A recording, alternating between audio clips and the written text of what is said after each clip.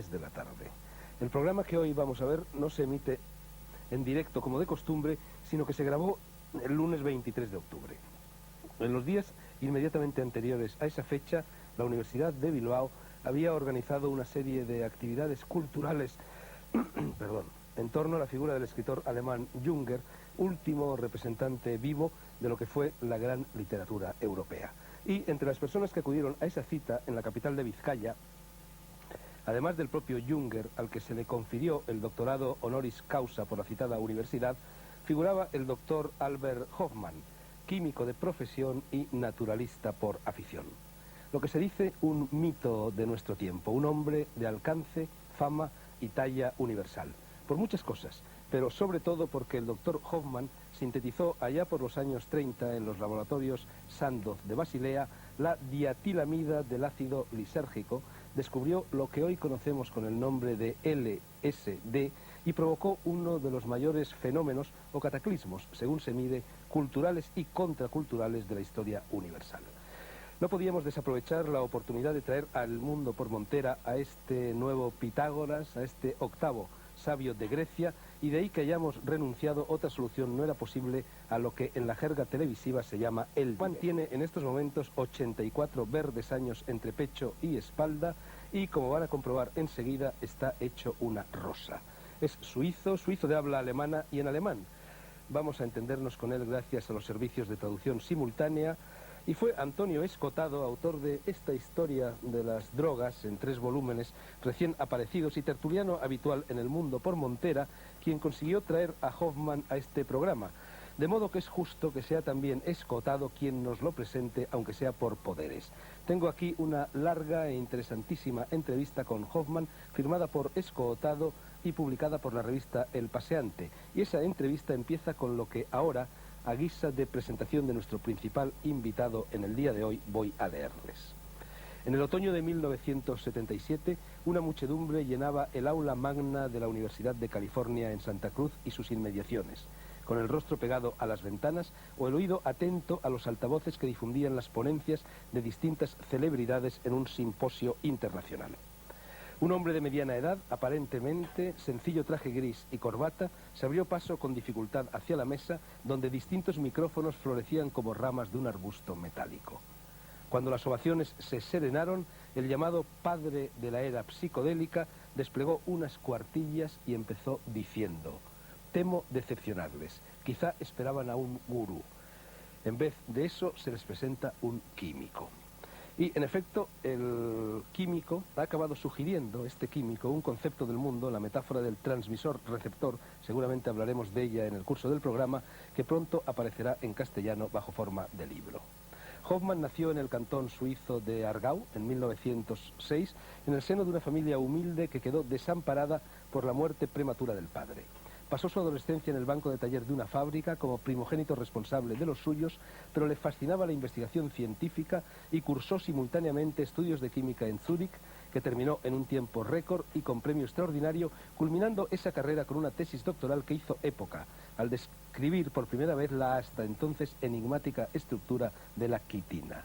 Los años duros quedaban atrás y, siendo fiel a una vocación ya sentida desde niño, la de conocer los principios activos de las plantas, aceptó un puesto de investigador en el pequeño laboratorio que era Sandoz por entonces. Allí permaneció hasta su jubilación, con hallazgos que contribuyeron notablemente a hacer de esa empresa un gigante farmacológico mundial. Fruto de esos años fueron descubrimientos que Hofmann llama comerciales, tranquilizantes y analgésicos, alternados con otros que le permitirían desarrollar fármacos todavía insustituibles en obstetricia y neurología. Investigaba el misterioso hongo llamado cornezuelo o ergot cuando topó con la dietilamida del ácido lisérgico o LSD, un derivado semisintético que absorbió inadvertidamente. Iba en bicicleta. Y aparte iba en bicicleta después de haberlo absorbido inadvertidamente y le sucedieron cosas muy curiosas. Es un viaje en bicicleta célebre, quizá el más célebre de los viajes en bicicleta.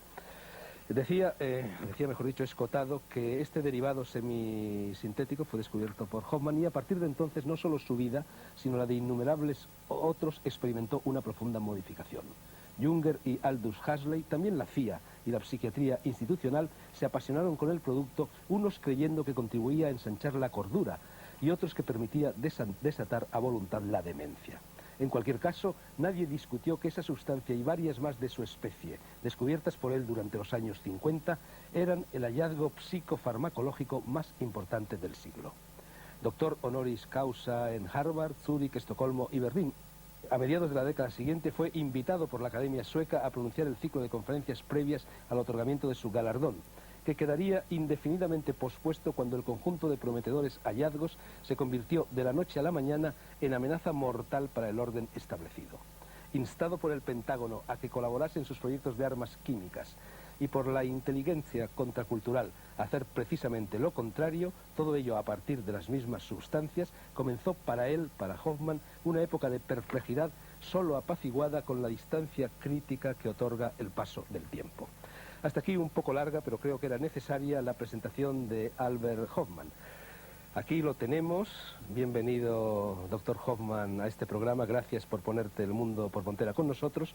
Aquí lo tenemos, decía, sentado en mi trono de moderador del programa. Se lo he cedido porque va a ser el epicentro de este programa y también y sobre todo por cortesía hacia un maestro que viene de fuera. Tenemos también a varios de nuestros contertulios habituales, que no fijos son, no vamos a presentarlos por enésima vez, el escritor y cabalista Mario Satz, el biólogo y otras muchas cosas André Malví, el también escritor y taoísta Luis Racionero, el filósofo Fernando Sabater y también escritor, como no, y el filósofo y también escritor, todos escribimos aquí, hasta los químicos, Antonio Escotado, que ya ha salido a relucir. Vamos a salirnos del carril. ¿Será esto una tertulia? Sí, pero una tertulia enfocada, polarizada hacia el doctor Hoffmann. Una tertulia a mitad de camino entre la charla y la entrevista con contraste de pareceres.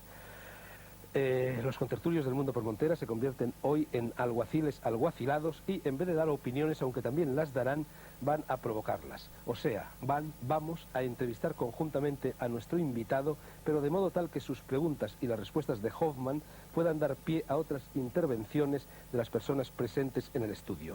Yo creo que es Antonio Escotado la persona más indicada para disparar la primera salva de este interrogatorio, de este tercer grado indagador y amistoso, pero antes debería de tomar la palabra el doctor Hoffmann para decirnos en qué consiste el camino de Eleusis o el camino a Eleusis, título de este volumen escrito a la limón con el etnomicólogo Gordon Wasson y con el helenista Rack. Doctor Hoffmann, ese camino a Eleusis, ese camino de Eleusis, ¿hacia dónde conduce? ¿Cómo se sigue? ¿Cuál es su meta?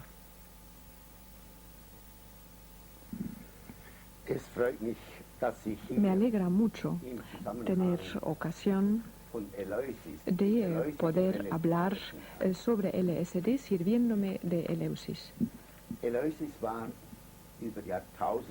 A lo largo de milenios, Eleusis ha sido el centro espiritual más importante de la antigüedad griega. Los misterios de Eleusis tienen su origen en la diosa del grano, la diosa Demeter. Ella originó estos misterios como agradecimiento de haber vuelto a encontrar a su hija Perséfone. Perséfone había sido secuestrado por Hades, el dios del Tártaro.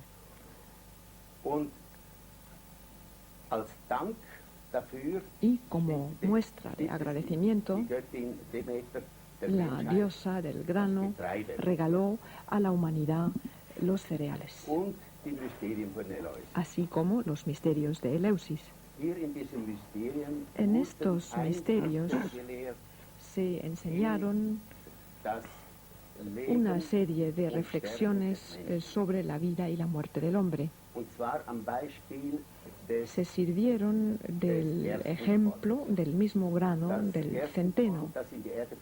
El grano del centeno que es plantado en la tierra muere ahí para dar pie a nueva vida.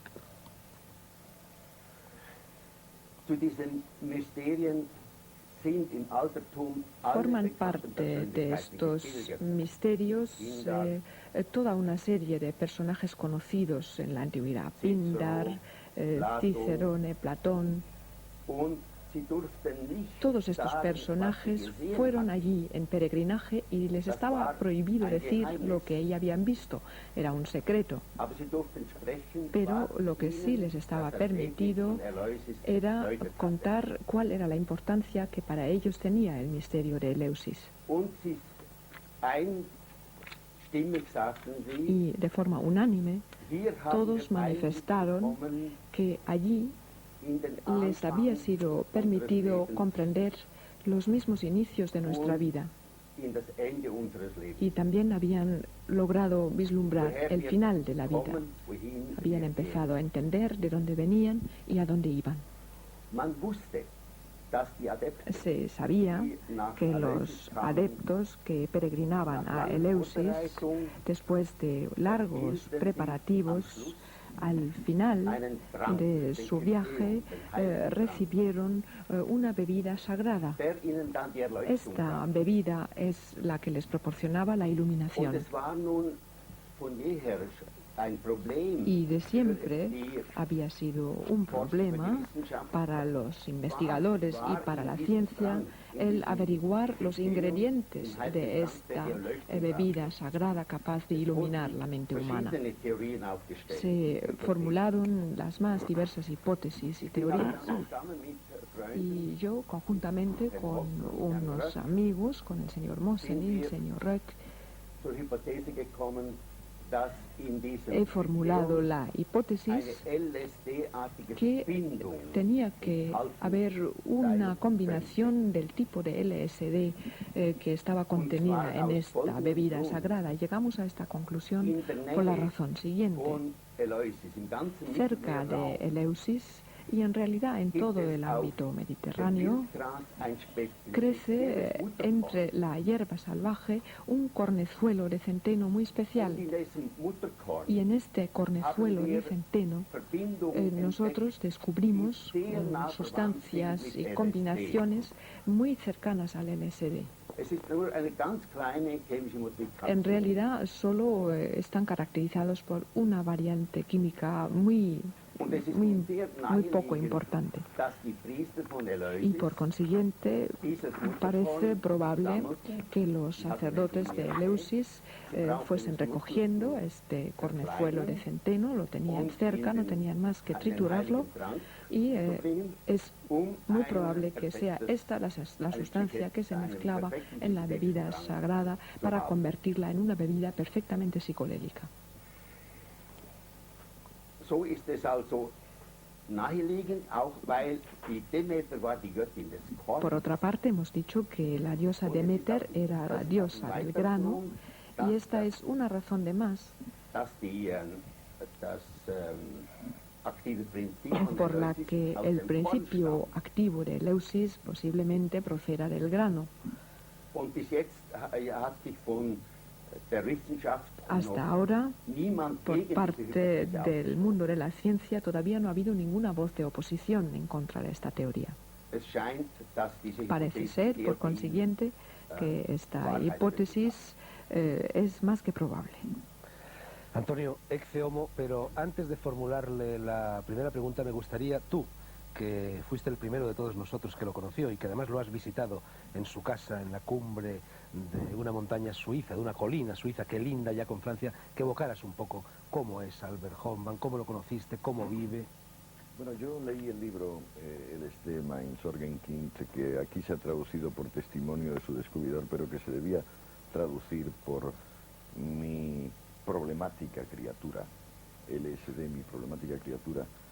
Y bueno, él era un hombre mitológico para todos nosotros desde los años 60 o así, pero al leer el libro saqué en clara conclusión que además de ser un químico era un humanista, era un poeta, era un visionario. Entonces le escribí. Tuvo la cortesía de contestarme, a mí me tocaron unos contratos de traducción por Viena y a la vuelta de un contrato conseguí una pequeña reunión en Basel, Basilea, y a partir de ahí hemos seguido viéndonos.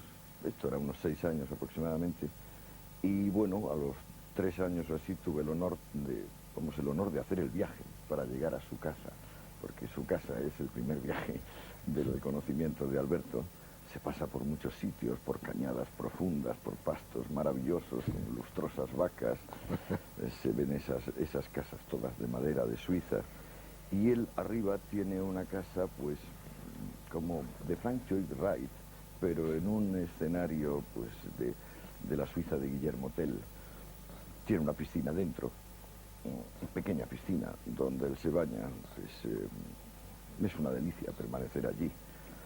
Y bueno, ya que me toca el primero en el turno de preguntas, me gustaría recordar una parte, un capítulo del último libro del doctor Hoffman, de muy difícil traducción al castellano, y estamos luchando a ver qué traducción le ponemos al título, donde él dice que estos estados alterados de conciencia, o estos estados de conciencia alterada, según se quiera decir, pueden ser útiles no solo en el sentido habitual de hacer frente, como la psiquiatría, a traumas, sino de una forma, digamos, cotidiana.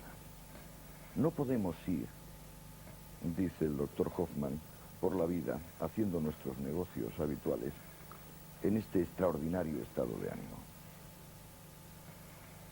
Sin embargo, a veces entrar en ese extraordinario estado de ánimo puede ayudarnos a mirar con más ecuanimidad, con más serenidad, hasta lo más cotidiano, hasta la vida puramente práctica. ¿Cuáles son nuestros verdaderos intereses concretos?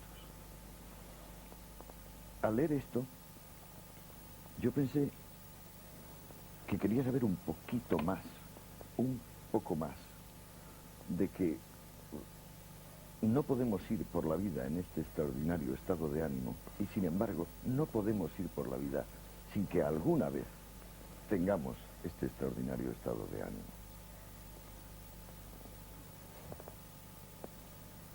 ¿Me comprende? Ja, sicher. Sí, naturalmente.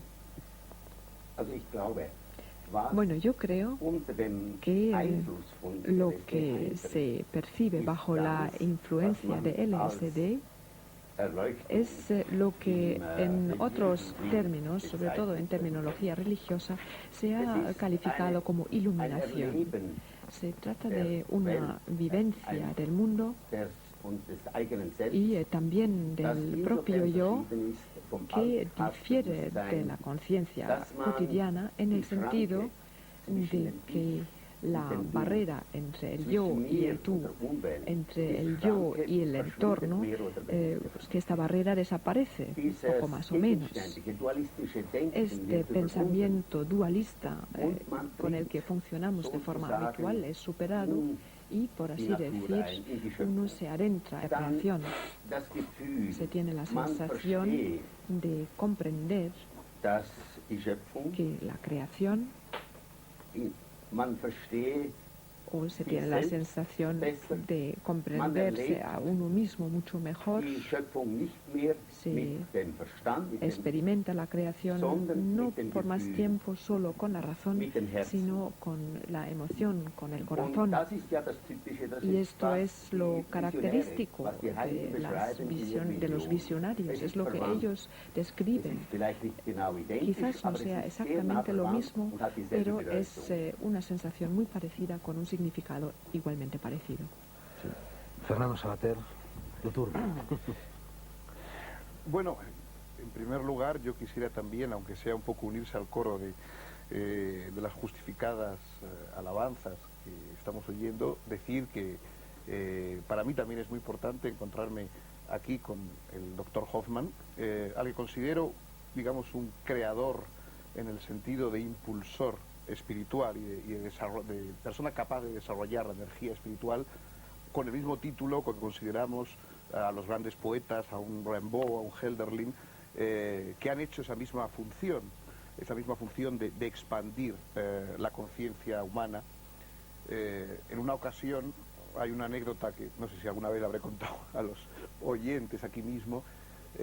Stendhal paseaba con un amigo por Roma, pasó por San Pedro en el Vaticano y Stendhal elogiaba enormemente la cúpula famosa de San Pedro, y entonces el amigo, de un modo muy positivista, muy pied à terre, dijo, bueno, pero eso en el fondo, ¿para qué sirve?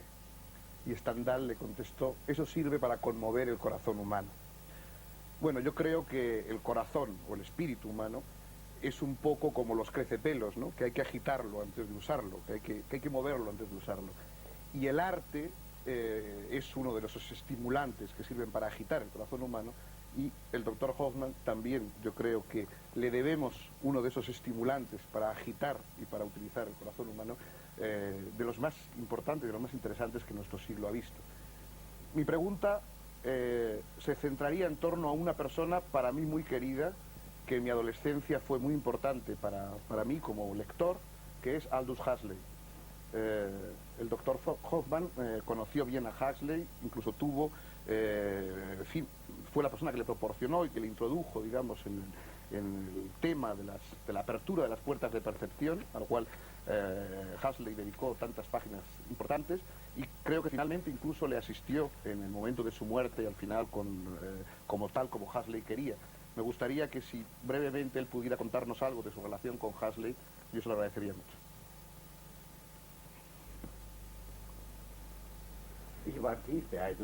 A mí me impresionó profundamente Huxley. 3 años antes de su muerte, en 1960, Huxley me llamó por teléfono al laboratorio pidiéndome una entrevista y un posterior almuerzo. A mí me alegró mucho esta invitación porque ya tenía conocimiento de sus obras, Las puertas de la percepción y Heaven and Hell. Y así efectivamente nos reunimos en Zúrich, y él me contó que estaba trabajando en su novela Island. Y en esta novela me decía, se mencionaba una droga muy especial. En esta isla se describe cómo un contorno antiguo es impregnado por la tecnología moderna. Un científico llega a esta cultura antigua y esta, por así decir, entra en un matrimonio con la tecnología moderna.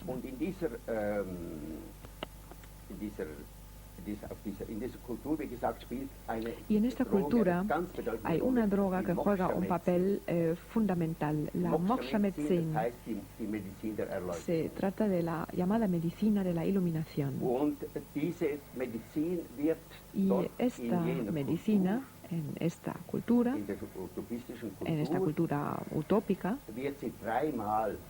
es una medicina que se administra en 3 ocasiones en la vida.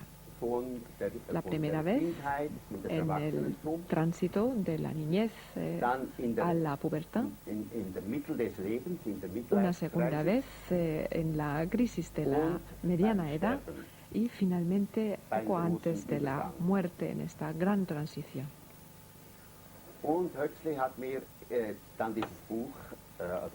A continuación, cuando Huxley terminó su libro, me lo regaló y me lo dedicó.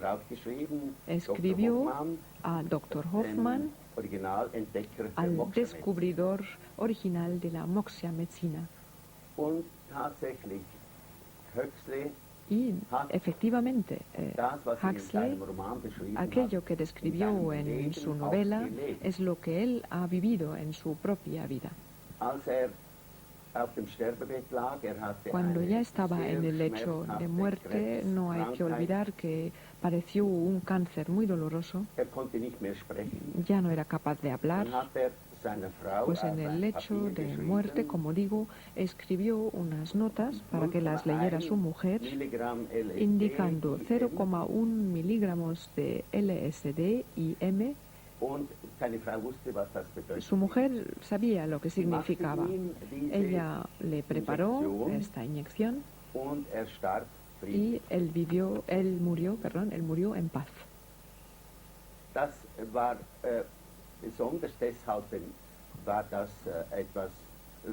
Esta experiencia tenía algo conmovedora porque con ella Huxley mostraba que lo que él había descrito en su obra como un literato, como filósofo, era algo que él estaba dispuesto a vivir en su propia vida.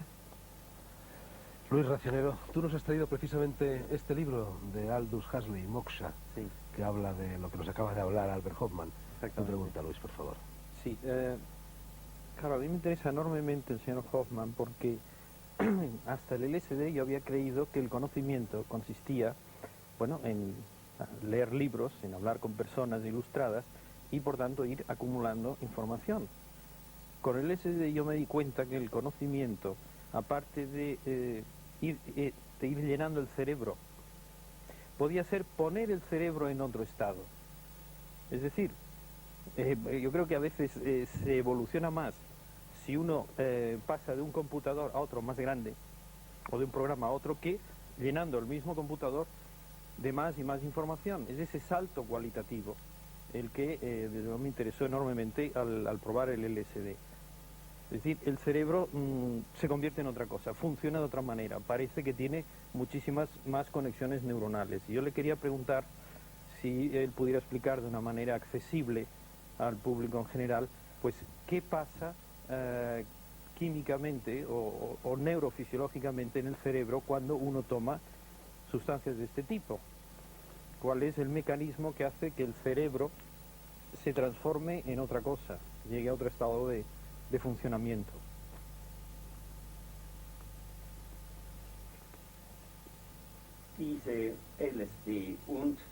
El LSD y también todas las sustancias afines, sustancias, por ejemplo, procedentes de las drogas mexicanas, mescalina, psilocibina, por ejemplo. Estas sustancias tienen una estructura química que está muy relacionada con los llamados neurotransmisores, hormonas cerebrales muy normales y que juegan un papel muy importante en la estructura química de nuestra propia psique. Se puede explicar el proceso de la manera siguiente. El LSD y los otros productos psicodélicos ejercen una función estimulante para la función cerebral. Actúan en las más diversas direcciones. La vivencia emocional es una de las vivencias que se estimula. Se estimulan también las percepciones, los colores se vuelven más intensos, la audición también se ve estimulado, prácticamente toda la percepción sensorial aumenta, se intensifica. Y la experimentación de todas estas impresiones procedentes del entorno, a su vez, se potencian una vez más. Todo ello lleva a una percepción completamente diferente a la percepción cotidiana. Como ya he dicho, se tiene la sensación de entrar en un nivel de realidad que hasta ahora solo se podía percibir desde el exterior. Ahora se vivencia desde el interior. Pero para contestar a la pregunta, la explicación de por qué se producen estos efectos a través de estas sustancias, pues se explica por su afinidad con las sustancias y hormonas cerebrales, con sustancias que están presentes en el cerebro. De no existir esta afinidad, sería muy difícil comprender por qué afectan hasta este punto la estructura química de nuestra psique. Sí, bueno, Huxley decía que era como si se levantaran unos filtros, es decir, cuando estos radicales que se parecen a la serotonina y a la acetilcolina se ponen en las sinapsis neuronales, parece que haya como un levantamiento de filtros, ¿no? Que normalmente la percepción normal está mucho más sometida, mucho más rutinarizada, espesa, como si hubiera, pues eso, realmente unas pantallas, unos filtros que fueran los que nos mantienen en este estado, y que al entrar estas sustancias, estos filtros se levantan. ¿Esto químicamente cómo sucede?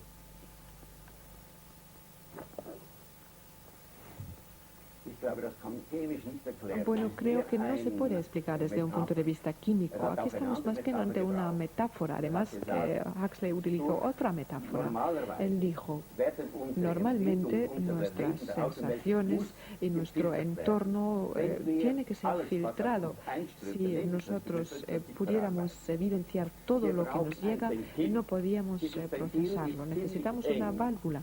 Se trata de una válvula muy estrecha en nuestra conciencia cotidiana, y esta válvula es la que se abre a través de estas sustancias. Somos capaces de recibir mucho más de lo que nos llega. Esta es la metáfora que él utiliza, y es también el mismo sentido en realidad que la metáfora del filtro, pero a mí me gusta más la de la válvula. Mario Satz, y os recuerdo a todos que nos hemos comido ya más de la mitad del programa. Ya tengo unos 5 minutos. Segundos. Me gustaría, de ser posible, doctor Hoffman, volver al tema de Eleusis en relación al tema de lo sagrado y lo profano, porque me parece que no es de ninguna manera casual que lo sagrado de la experiencia eleusina esté ligado a la agricultura y al grano. Yo he descubierto hace poquísimo tiempo que los misterios mayores, por ejemplo, se celebraban en septiembre. Septiembre está bajo la constelación de Virgo, y Virgo tiene como imagen tradicional a una mujer que sostiene una espiga. Por lo tanto, la espiga en aquel momento de los misterios mayores estaba arriba y estaba abajo. Y usted nos habló de Demeter y del don de la agricultura. Si aquella era una experiencia sagrada, y hipotéticamente está ligada al cornezuelo del centeno, y estamos en un momento en que se plantea el problema de la legalización o no legalización de las drogas, de otras, inclusive de esta misma droga, me preocupa saber por qué en ese siglo clásico, supongo que fue la época de Pericles, se planteó el problema de censurar a un grupo privado de personas que había, no sé si usted recuerda en el libro, celebrado el mayor de los misterios privadamente, como si aquello maravilloso que veían los peregrinos a Eleusis solo pudiera ser sagrado en la medida que fuera colectivo, ritual, trascendente y no individual y en cierto modo profano. Es que la experiencia capital que provocan las drogas tiene que estar ligada a lo sagrado. Es necesario.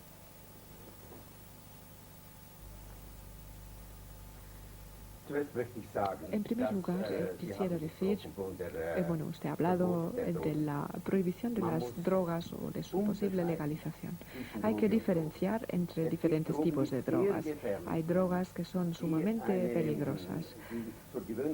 Hay drogas que producen la adicción, la heroína, las anfetaminas, los opiáceos. Son drogas que justamente por provocar la adicción y la utilización crónica producen un deterioro físico y psíquico. En cambio, el LSD y los otros productos psicodélicos no provocan adicción y son poco tóxicos.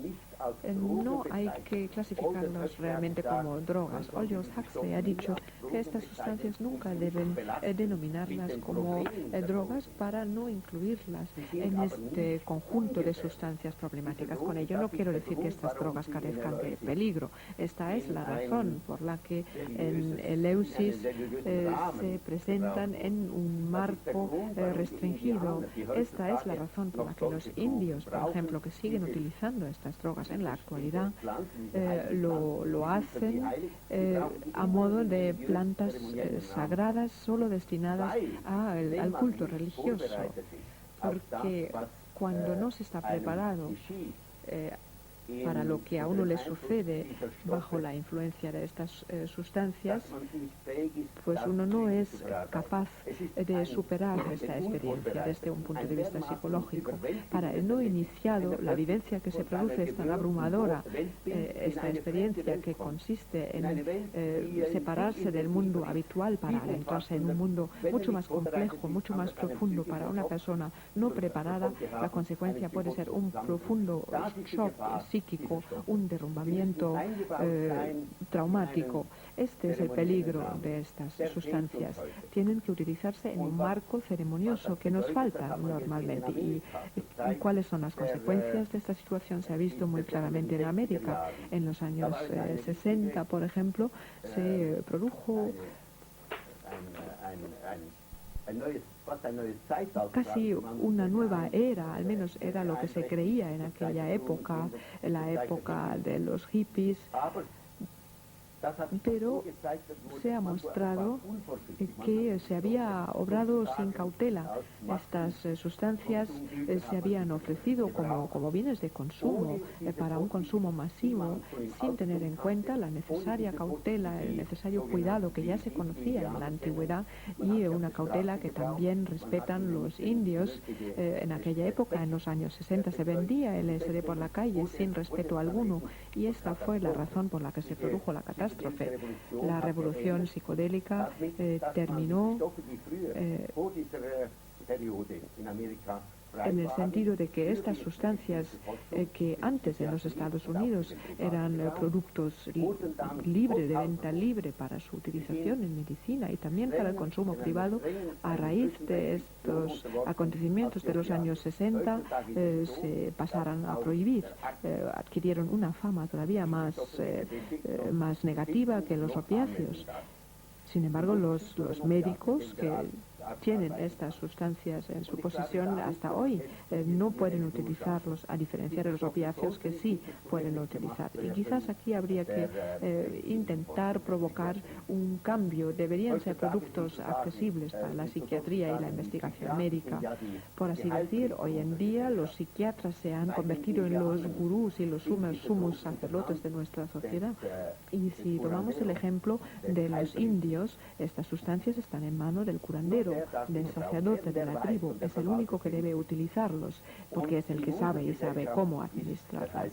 Bien, en nuestra sociedad, para seguir con el paralelismo, el sumo sacerdote sería el psiquiatra, y por esto en una primera fase me parece conveniente que estas sustancias se separaran de las otras drogas que provocan adicción y se deberían devolver a los psiquiatras. Me parece que debería ser un primer paso. André. Doctor Hoffman, aquí se han levantado muchas liebres. Yo tengo unas cuantas interrogantes muy diferentes de los que tenía al empezar esta rueda de tertulia. La primera de todas tiene que ver con el concepto de iluminación. Aquí se parece confundir la luz que viene de dentro con la que viene de fuera. El más extraño de este tema es que tenemos una glándula que se llama la epífisis, que fabrica una sustancia, la 5-hidroxitriptamina, la serotonina, la cual acaba de mencionar Racionero, que tiene una estructura muy parecida al LSD. Tiene en común con el LSD, con la psilocibina y con un montón de psicotropos una parte de su estructura molecular, que es el anillo indol. Pero de manera extraña, el exceso de serotonina en el cuerpo humano viene totalmente contrarrestado por la toma del LSD. Primero. Segundo, se ha llegado a bautizar a la serotonina o la 5-hidroxitriptamina como la hormona del estrés, o esta angustia de imposibilidad que nace del enfrentamiento con el mundo que nos rodea. El LSD en este momento permite de ya no estar angustiado y a lo mejor solo ser presente, que es la primera cosa importante lo que quiero preguntar. La segunda es que detrás de todas las preguntas que has sido hechas y de todas las que se podrían hacer, hay la pregunta fundamental. ¿Existe una sustancia que sería la puerta de la muerte? ¿Sería posible de entender antes de morirse lo que esto implica? Puede ser de que todas esas iniciaciones antiguas que implican, cada una de ellas y todas a la vez, el paso por la pequeña muerte, algo que ver con la movilización de unas sustancias que el cuerpo humano es capaz de producir. Sería posible de que todas las síntesis que se puedan hacer sean solo símiles, reproducciones o intento de parecido con algo que podemos nosotros hacer. Porque diablos, hay santos que llegan al éxtasis por sí solos, en la soledad, en el hambre, en la oscuridad, en la pobreza, y que de repente haya que ganar 50.000 pelas para comprarse una dosis porque está prohibida. Y de otra parte hay algo más que me molesta bastante. es que se está planteando como si hubiera conciencia de primera y conciencia de segunda. Lo siento, estamos viviendo en un universo que es tal como es. Y de momento el único problema que tenemos es tener que aguantarnos con la limitación sensorial en la cual vivimos. Pero el hecho de que no veamos los rayos infrarrojos, los rayos X o toda la gama de la radiación electromagnética no impide de que exista. En realidad es la pelea de un ciego frente a los cuadros de Goya. Y a mí me encantaría saber si acaso no habría que diferenciar las sustancias que permiten ser más lo que somos y ayudar a que el universo en el cual estamos sea más lo que es, y sustancias que lo alteran. Yo diferenciaría muy fuertemente las drogas de las sustancias psicotrópicas, porque la droga entrega un universo alterado, falso, mentiroso, totalmente diferente de sí mismo. Y las sustancias como la que usted ha pasado a la historia en 1943 son las que abren hacia nosotros mismos y a través de nosotros hacia todo el resto, el mundo, la gente, la vida y probablemente la muerte, porque los trabajos del doctor Larcher sobre estimulinas biogenes que implican alteración de núcleo indol para que puedan aparecer, me parecen muy interesantes. ¿Qué le parece? ¿Existe una droga de la muerte? Puede ser que la éxtasis, puede ser que la luz pueda salir de alguien. Es cierto de que Teresa de Ávila tuvo el corazón atravesado por una luz tan fuerte que llegó físicamente a dejar una herida.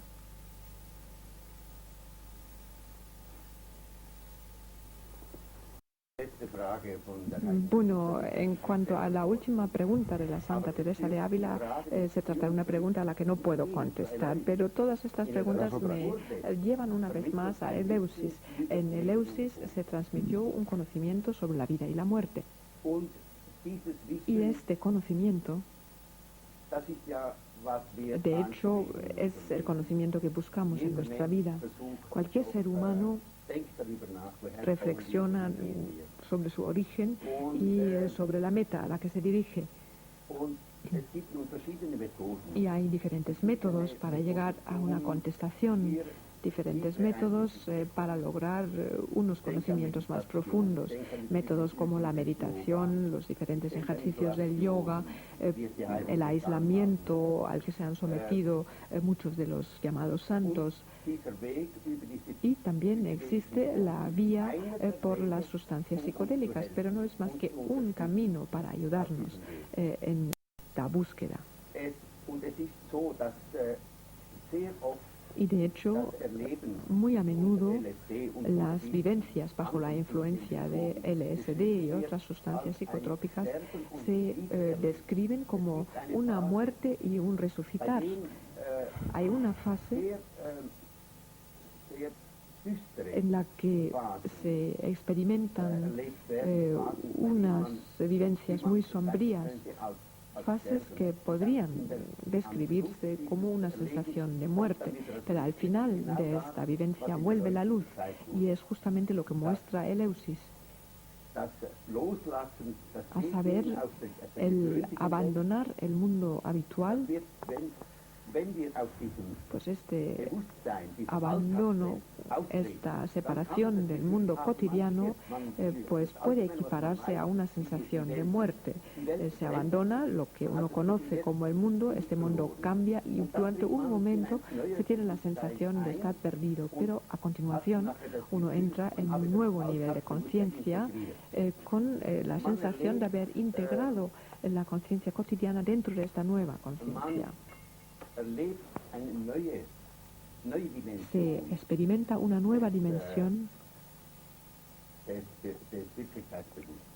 y una nueva conciencia de la realidad.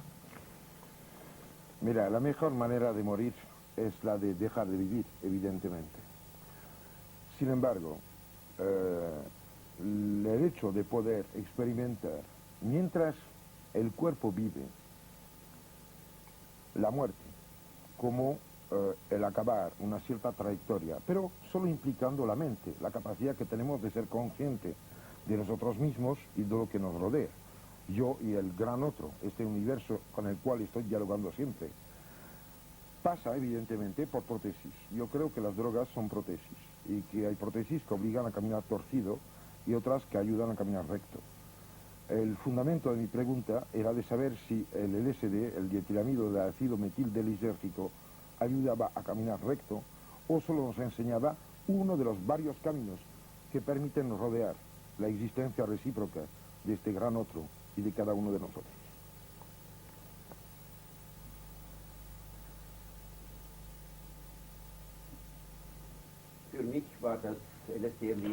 Para mí la vivencia de del LSD ha sido un abrir de mis propios ojos. Yo he tenido de repente mayor conciencia de que la creación puede vivenciarse de un modo mucho más grande, mucho más hermoso de cómo la solemos percibir.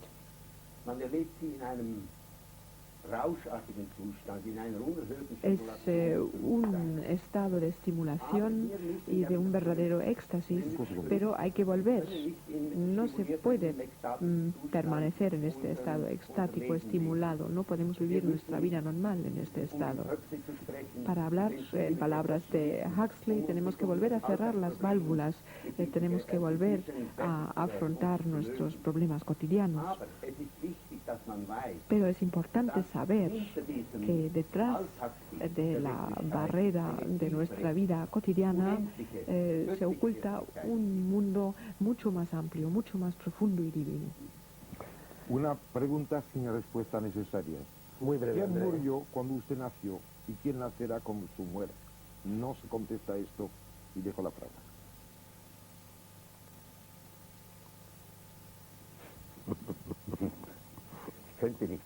Y tampoco podría contestar. Ni hace falta. Bueno, yo en vista de que el programa se nos está yendo, renuncio a mis preguntas y le paso la palabra a Fernando Savater, que creo que tenía que formular alguna. Sí, un minuto. No, yo simplemente quisiera decir algo en torno a la distinción entre, digamos, drogas de primera o de segunda o de tercera. Yo creo que las hay, es decir, creo que hay posibilidad de trazar jerarquías y gustos muy diferentes entre las dos. No, yo ya no diría como en los vinos, yo diría, por ejemplo, como en los libros. Es decir, a mí me gustaría que la gente estuviera educada en la lectura de una determinada serie de obras que me parecen liberadoras y enriquecedoras, y no en otras obras que me parecen empobrecedoras o embrutecedoras. Pero en cualquier caso, lo que no soy es partidario de la prohibición, digamos, de las obras literarias. A mí me gustaría que la gente fuera partidaria de la lectura, digamos, entre comillas, de las obras, por ejemplo, del doctor Hoffman, en vez de la lectura de otras obras, algunas de ellas perfectamente autorizadas y vendidas en las farmacias, muy embrutecedoras y muy tristes para el ser humano. Yo lo que quisiera decir es, hoy, frente a la libertad ante esta oferta, hay dos propuestas. Una, la de la culpabilización, es decir, la culpabilización como respuesta ante la libertad, la satanización, el convertir las drogas en culpa, y otra, la responsabilidad. Yo pienso que hay el uso, el contacto con determinadas formas de conciencia diferentes, como pueden lograrse por ciertas drogas, como el LSD, pueden aumentar la responsabilidad, es decir, el autocontrol y el dominio de la propia libertad, que a mí me parece más importante en nuestra época que nunca. ¿Hasta qué punto, quisiera decirle al doctor Hoffman, él ve que hay una relación entre desarrollo de la responsabilidad y utilización de determinadas sustancias frente a la culpabilidad con que se las carga normalmente?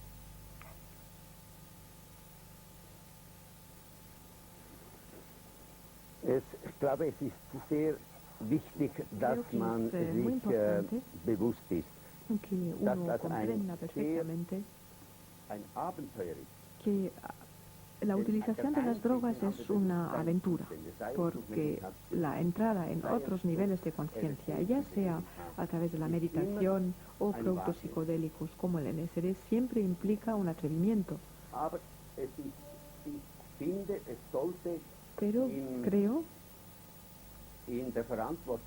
que deberíamos dejarlo a la libre responsabilidad del individuo. Él debe ser quien decide cuál es la vía que quiere utilizar para lograr una mayor comprensión de los grandes misterios de nuestra existencia.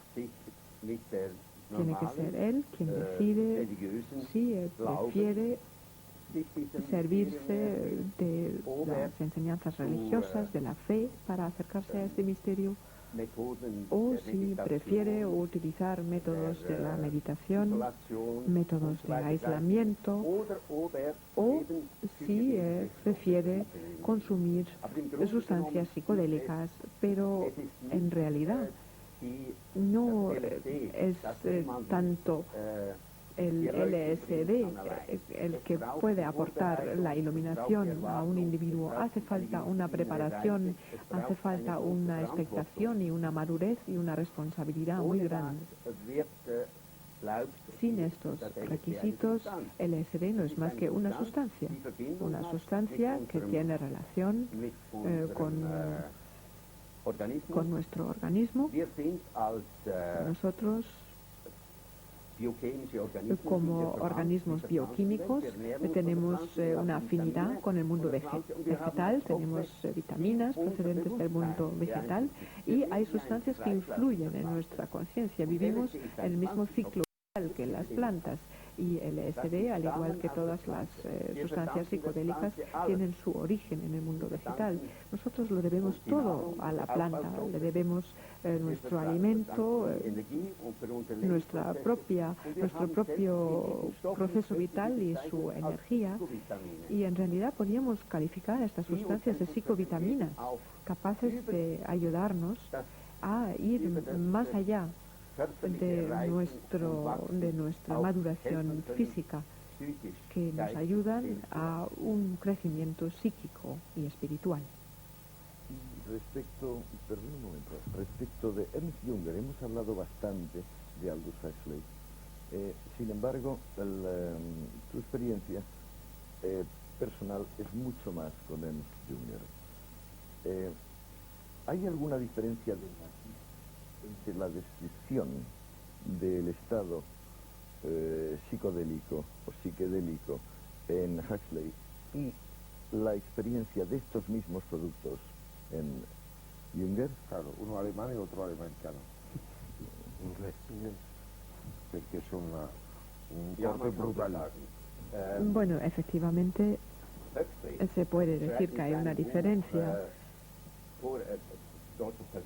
En su obra Las puertas de la percepción, Huxley escribe que estas sustancias psicodélicas deben sustituir el alcohol y la nicotina en nuestra sociedad, es decir, las propaga como bienes de consumo masivo. Jünger, sin embargo, es mucho más cauteloso. Él adopta un discurso como en Eleusis. Se trata para él de drogas sagradas. Él piensa que primero debe ser una élite la que hace uso de estas sustancias. No pueden ser sustancias de consumo masivo. Requieren la preparación, como hemos dicho, requieren un sentido de responsabilidad. Y Jünger afirma, es suficiente si se preparan determinadas vías y a partir de ellas puede tener lugar una cierta propagación de su uso, pero nunca pueden ser utilizados de forma masiva, indiscriminada. No son productos sedantes o estimulantes como el alcohol, la nicotina o las drogas propiamente dichas, la cocaína por una parte con sus efectos estimulantes o los opiáceos con su efecto sedante. Nosotros lo estamos viendo. Estas sustancias sí que han adquirido un carácter de producto masivo, pero las sustancias de las que estamos hablando aquí, los productos psicodélicos, ya sabemos desde la antigüedad, de las antiguas culturas, son productos que solo deben ser manejados por pocas personas. Cualquiera, al sentir realmente la vocación de una experiencia más profunda, debería tener la posibilidad de acceder a ella. Pero hoy es muy difícil encontrar la manera de llevar a la práctica esta enseñanza. Nos falta Eleusis, no tenemos estos misterios. Lo único de lo que disponemos hoy en día, en lugar de sacerdotes, al estilo de la antigüedad son los psiquiatras.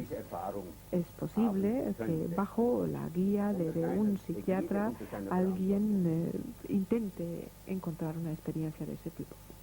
Doctor Hoffman, muchos de los psiquiatras, precisamente occidentales, después de la relativa permisividad de los años 60, cerraron filas, no sé si con mucho conocimiento de causa, contra el LSD y sustancias parecidas, y nos avisaron sobre el riesgo de destrucción de neuronas, de destrucción de cromosomas y, en fin, otros componentes genéticos, e incluso no ya en Occidente, sino en el propio Oriente, en el mundo de las sectas, de los gurúes, de los iniciados, de las religiones mistéricas, etcétera, se empezó a decir que la utilización de estas sustancias dañaba de forma irremediable lo que en el hinduismo se llama los chakras, una especie de puntos neurálgicos, puntos vitales, puntos energéticos del organismo a través de los cuales se produce la reunión del microcosmos con el macrocosmos.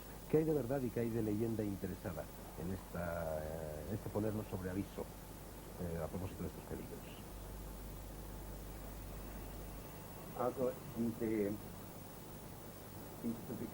Bueno, estas publicaciones indicando de que LSD trastorna la masa del globo terráqueo y por ello influye negativamente en los cromosomas, pues es una afirmación errónea como se ha mostrado científicamente.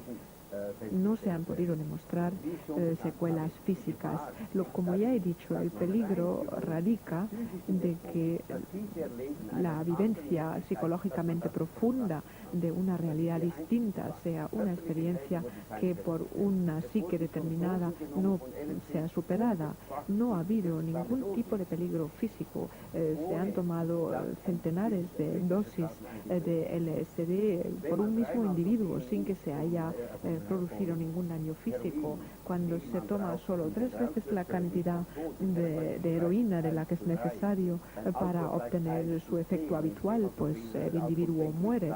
Si bebo 10 veces más alcohol del que me hace falta para producir el efecto deseado, también muero. Sin embargo, de LSD se ha llegado a tomar 100 veces la cantidad necesaria sin que se produzca ningún daño físico. Lo que sí ha ocurrido es que se han producido muertes como consecuencia del estado profundo de confusión de la conciencia que se produce en un individuo no preparado. Una vez más, LSD forma parte de las llamadas drogas sagradas, sagradas en el sentido de que hacen falta los preparativos necesarios, hace falta un respeto. Y vuelvo una vez más a Eleusis. Estas drogas se tienen que administrar tal como se administraron en Eleusis. Me parece que incluso puede ser un verdadero ejemplo de cómo manejar estas sustancias en nuestro tiempo. Doctor, perdona, una cosa brevísima. ¿Tú, a tu divina edad, sigues experimentando con estas sustancias en tu cuerpo y en tu alma?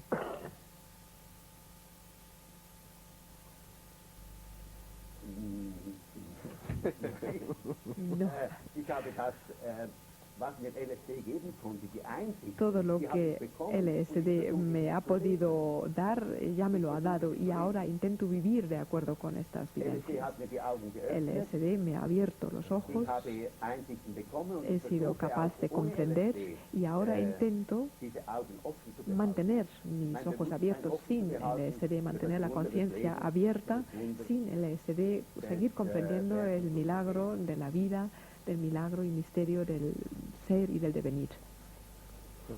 Al igual que los taoístas decían de que el ideal de la actividad era el wei wu wei, el hacer sin actuar, puede ser de que la conciencia tenga que actuar sin ejercerse hacia afuera. Puede ser de que el único mundo en el cual tengamos acceso realmente sea un mundo interno y que este mundo interno, cuanto más simil al que nos rodea, mejor. Puede ser de que el LSD sea uno de los caminos y de paso, creo que los 7 que estamos aquí somos todos drogados, porque hoy hemos tomado derivados de purinas, que sea café, que sea té o que sea chocolate. Chocolate quiere decir cacao, entre broma.